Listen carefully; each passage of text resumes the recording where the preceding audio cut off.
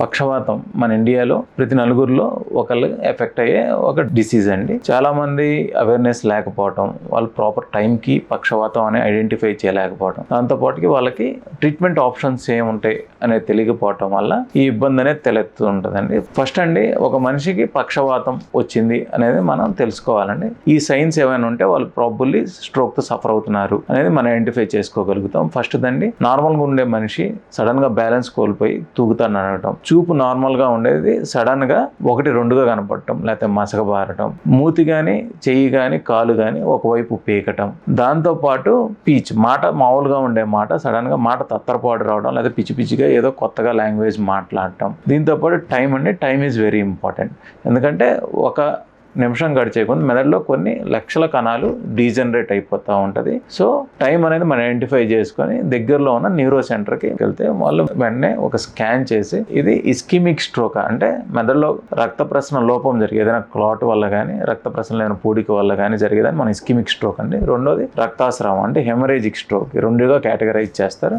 దీన్ని బట్టే మన థెరపీ ఉంటుంది. మొదటిదండి మనకి ఇస్కిమిక్ స్ట్రోక్. సో ఇదంతా టైం బౌండ్. ఫస్ట్ దీన్ని మనం డివైడ్ చేస్తే మొదటి 6 గంటలు చాలా కీలకం అండి. ఈ 6 గంటల్లో లోపల మనం దగ్గరలో న్యూరో సెంటర్కి వెళ్తే ఇస్కిమిక్ స్ట్రోక్ అని వాళ్ళు డిటర్మైన్ చేసి ఒక ఇంజెక్షన్ ఇస్తారండి. ఆ ఇంజెక్షన్ ఇవ్వడం ద్వారా క్లాట్ కరిగి మెదడులో రక్త ప్రసరణ అనేది పునరుద్ధరణ జరుగుతుంది. దాని ద్వారా చాలా మటుకు వాళ్ళకి మెదడులో ఉన్న కణాలు మనం సేవ్ చేయడం, వాళ్ళ డిసెబిలిటీ కానీ వాళ్ళ ప్రాణం కానీ కాపాడటం అనేది జరుగుతుందండి. రెండోదండి, మనకి ఏ ఇంజెక్షన్ కాదు, టైం అయిపోయినా సరే మనకి కొన్ని ఎంబోలిక్ స్ట్రోక్స్ ఉంటాయి. ఎంబోలిక్స్ ఉంటాయి ఎస్పెషల్లీ గుండె నుంచి వచ్చే కొన్ని పక్షవాతాలు ఉంటాయి. ఇవి గుండెలో తప్పటం వల్ల క్లాట్స్ అనే ఫామ్ అయ్యి బ్లడ్ స్ట్రీమ్ లో బ్రెయిన్ బ్లాక్ అయిపోతా ఉంటాయి. వీటిని మనం హిపెరిన్ అనే ఇంజెక్షన్ ఇవ్వటం ద్వారా మనకి బ్రెయిన్ లో ఫర్దర్ గా క్లాట్స్ లేకుండా మనం ప్రివెంట్ చేయొచ్చు. వాళ్ళతో పాటు వాళ్ళ డిసెబిలిటీ అనేది తగ్గించుకోవచ్చు. ఇంకోటండి, పక్షవాతం తర్వాత చాలా మంది రికవర్ అయ్యాక వాళ్ళ చెయ్యి ఒక ఫిక్స్డ్ పోస్చర్ లోకి వెళ్ళిపోతుంది. వాళ్ళకి చేతిలో ఉండే శక్తి కానీ కాల్లో ఉండే శక్తి నార్మల్ గా ఉన్నా సరే స్టిఫ్ అయిపోవటం వల్ల వాళ్ళ చెయ్యి ఉపయోగించుకోలేకపోవడం, ఇది ఒక ఫ్లెక్స్డ్ పోస్చర్ లోకి వెళ్ళిపోవడం అనేది జరుగుతూ ఉంటది.